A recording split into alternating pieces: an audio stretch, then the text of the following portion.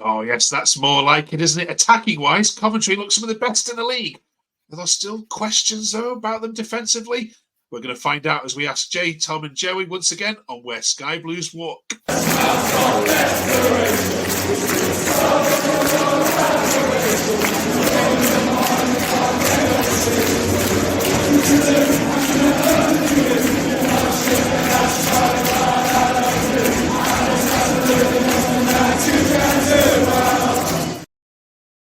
No, it's good to have that back, wasn't it, Jay? The weekend, I say Friday night, wasn't it for you? Like, cracking atmosphere at the CBS. On TV, it sounds amazing. Is it as good in the stadium as it sounds? Oh, it's absolutely amazing. As I said last week, my daughter came for her first match, and when I was like singing the song, she was so shocked at the noise. It was an amazing atmosphere. Like literally for a whole 90 minutes, it was cracking. Yeah, absolutely. Yeah, and I tell you what, thank you as a neutral for that game on Friday. Thanks for letting it be as entertaining as it was. I'm sure it wasn't as entertaining for you as it was for us. But Tom, it was the right result in the end, wasn't it? Well, to be honest, I would say it was. I mean, their goalkeeper, absolutely unreal. I mean, he was saving everything. I mean, yeah, I thought we played brilliant. I thought we were a really good first half, chance after chance. I mean, the goals were sloppy, but we won the game in the end. Hadji Wright made the right decision to go around the goalkeeper. The atmosphere was unreal. Let's just hope we can continue the winning streak.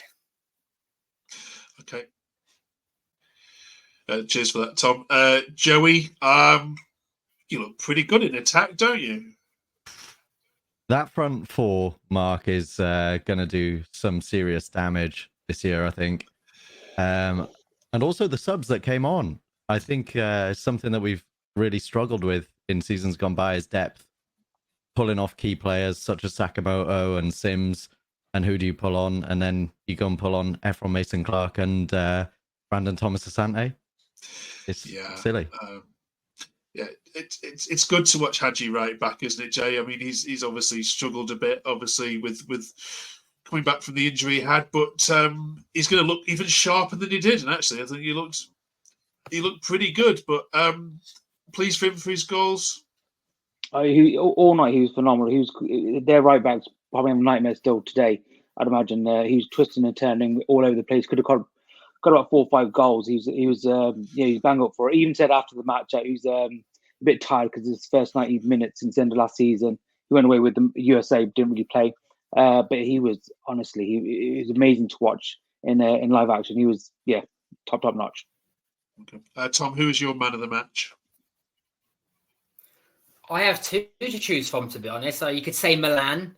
I mean, he was exceptional. I mean, and a great assist for Hadji's goal. I mean, he has scored a stunner himself as well.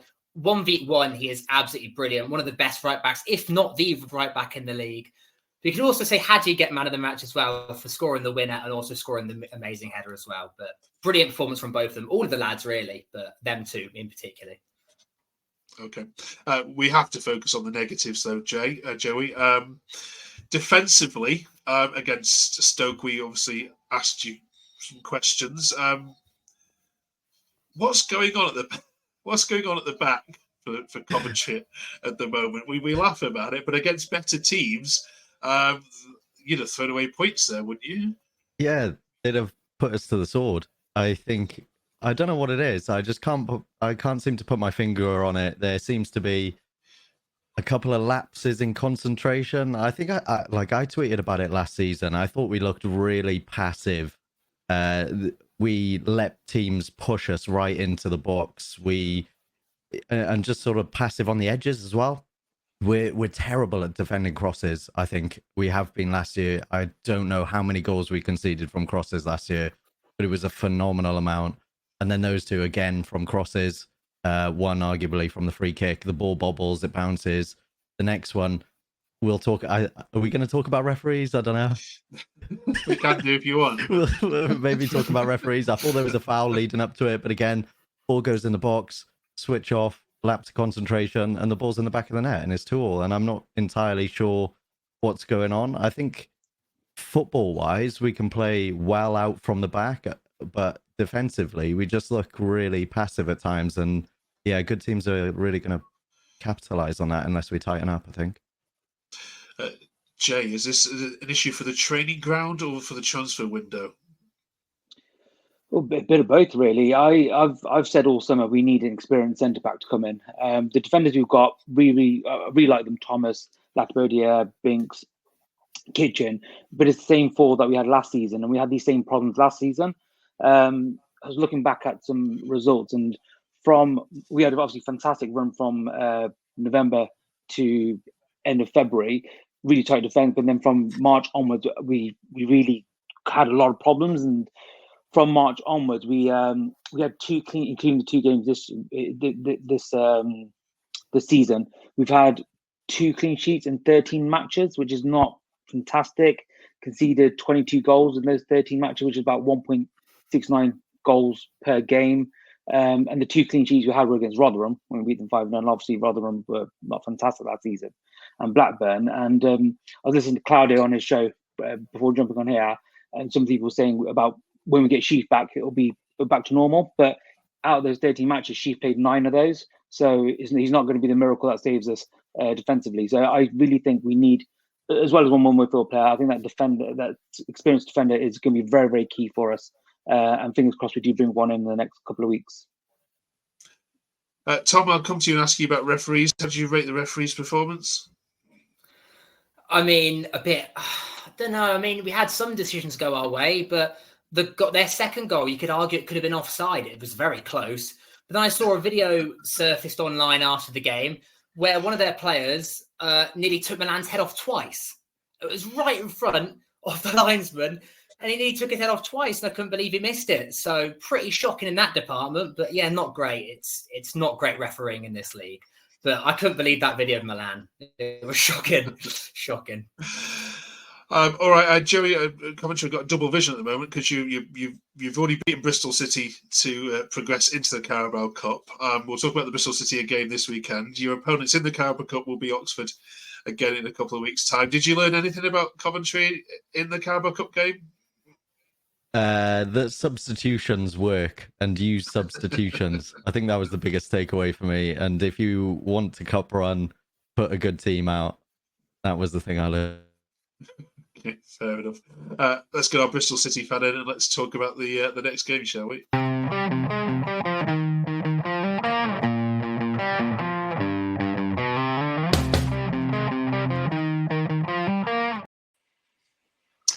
Welcome, Liam, to Sky Blues Walk. Liam, they've already knocked you out of the cup, and now they're coming for 3 points at Ashton Gate. But this is a different Bristol City side this year, isn't it? Tell us more about it. Yeah, we've definitely strengthened up top. That was definitely one area we needed to improve on last year. We struggled to break teams down that was sitting in quite a low block ahead of us. Pace and power was what Manning wanted this year, and with Sinclair Armstrong from QPR and Fally Mayulu signed for Rapid Vienna, looks like we've possibly could have hit the nail on the head with it.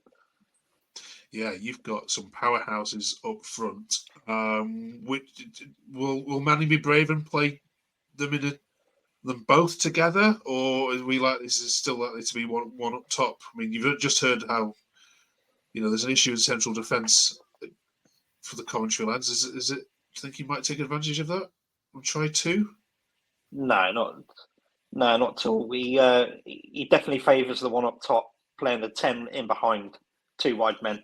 I can't see him changing the way we play unless we go to a 3 at the back.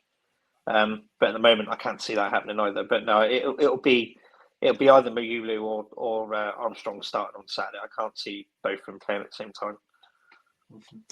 Jay, where do you see Bristol City finishing this season? The perennial mid-table ones, but do you think they've improved? And is this your toughest test yet? I think they've improved massively. I think they've made some really good young signings. Looking throughout the whole summer, the people that they're bringing into the club, some fantastic signings, as I say. The 2 strikers that you brought in, again, big, strong, powerful lads, are going to cause most people problems. If one of them's having a bad day, you got the other one to bring on as well. So I think they made some very shrewd signings, and I think they'll be right up there, hopefully along with us as well, banging on the door for playoffs as well. So I think next week's game is going to be a very, very tough game for us. So yeah, fingers crossed we beat United comfortably, but I think it's going to be an easy day for us, unfortunately. Liam, where do you put Coventry in your predictions finishing in the league this season? They're definitely going to be pushing for top six, as I said on our podcast earlier on tonight. Yeah, they've always been in and around it. They always seem to hit the form literally at the right point. Last 10, 12 games of the season, that's where they come into their own. But yeah, I'll be surprised if they don't make top six. Okay. Tom, let's get a score prediction from you then. Well, two teams that seem to score a lot of goals, but also know how to concede them quite well, as we saw as a game against Millwall. I'm going to go 3-2 to us. It's going to be close, but both teams know how to score, but also concede. So, yeah. I think, Liam, you're just happy with... would you take a 0-0 right now? Given your heart condition, it must have gone through the roof against Millwall. No, I'm saying we're going to nick it 2-1. I'm going to say 2-1 to us. Okay, all right. Thanks, Liam, for joining us. We'll catch you as the season progresses. Cheers for very much. Cheers for now. And the rest of you, let's take some takes on the game.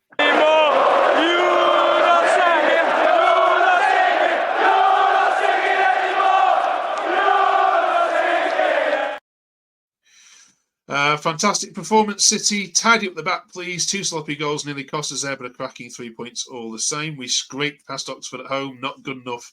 Not promotion standard. I've seen this guy tweet a lot, actually. I'm not sure.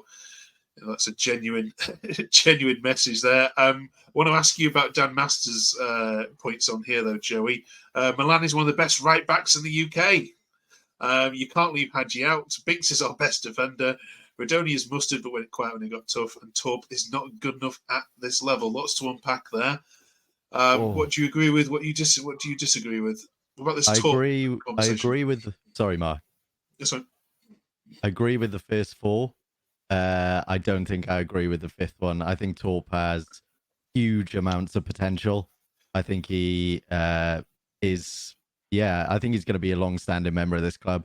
When he first came in, I thought the one thing that I liked about Torp was his communication across the pitch. You can see his body language, the way that he's directing that midfield is absolutely fantastic. And for a young lad, I think he's got a long future at this club. I think he's great on the ball.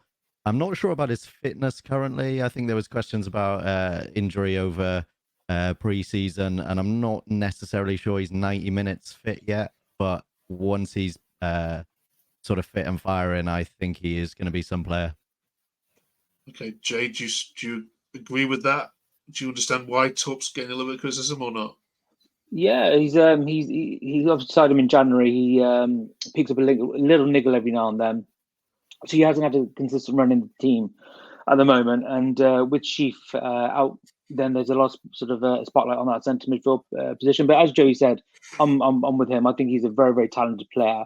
A bit similar to what he said, not 90 minutes fit. I think he's maybe not used to the physicality of the league as well. So with Oxford's first goal, our defender headed it out. He could have got the second ball, but he didn't really go into the challenge as aggressively as I would like, and then obviously the ball fouled to Sims, who messed up a little bit, let's say. But I think, there's definitely progression in there. But yeah, I do agree with Joe. I think he's going to be a top player for us for the future.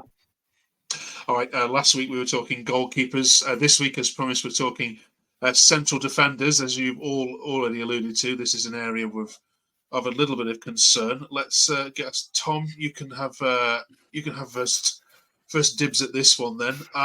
The first question is, in terms of pairings, we know that individually each of them have got their own strengths, but in terms of understanding each other and reading of the game and partnerships, what's the best 2 out of this group, Tom? I'd definitely say Louis Binks. He's been the most impressive defender so far this season. He's a player that I highly rate, and I'm really glad we got him back. I might say Bobby Thomas as well. If he improves his passing, he is an absolutely quality defender, but his passing needs to improve. But I do really like him. I like Joel as well. I still think he's a bit slow on the ball, but I do. And as well. He's too many red cards last season. If he improves that, I would definitely start him as well. But Thomas and Binks for me. Thomas and Binks. Joey, same question. I think our best ones are Binks and Thomas. I think it would be probably unfair a little bit to drop Lati Bodier after the Oxford game. I thought he played pretty well, especially captain in the squad. And so I think, I think Lati keeps the shirt for next week, to be honest. Okay. Jay, in terms of signings, you've all gone a bit quiet, Coventry, but this is one area. Are we done here? We don't need to mess around, sell, or add to this quartet, do we? Again, I personally have said from day one that, well, or somehow that we need an experienced centre back to come in. Again, the defenders we've got, as you can see, they're 22 to 24 years old. Kitchen's first season in the Championship last year. So is Bobby Thomas and Lou Binks as well. So they've got 1 year under the belt in this league. But I just feel like they need. We had obviously Carl McFadden previously, who was just a magnet for the ball. Everything used to hit him. He used to get everything, and should have just talked to them. Because we do have these little lapses of concentrations, I feel. So I do feel that we do need an experienced centre back, but obviously having 4 centre backs plus an additional one may be a bit tricky to manage, but we'll see. Okay, all right, fair enough then. Finally, the Premier League then has returned this weekend. So on Added Time this week, our focus is all about that. 60 questions, rapid fire. Here we go.